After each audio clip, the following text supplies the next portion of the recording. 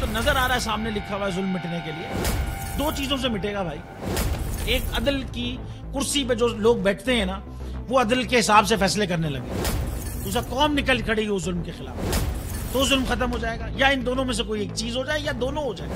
अगर 420 का मुकदमा था, उस वक्त अदलिया में जो लोग बैठे हुए केस देख रहे थे, वो पूछते ना यार चीट हुआ कौन है। जब उनको दिखता कोई चीट नहीं हुआ, केस खत्म कर देते। तो जालिम जुल्म कर ही नहीं पाता।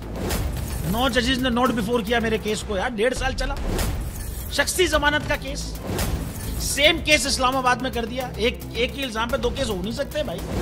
मतलब 60 दिन का वक्त होता है, 102 दिन के बाद मैं जीत गया, केस बरी हो गया, 102 दिन के बाद अपील फाइल की, एक्सेप्ट कर ली। नहीं करते ना एक्सेप्ट, खत्म हो जाता ना जुल्म यार। भरी अदालत में मुझे बरी कर दिया, फिर पता नहीं क्या हुआ, 2.5 घंटे बाद का नोट बिफोर, मैं नहीं सुनता ये केस।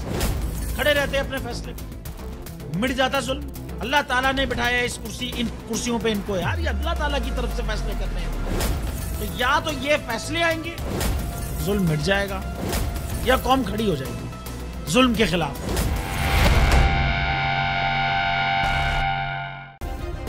सब्सक्राइब करें और बेल दबाएं ताकि कोई खबर रह न जाए।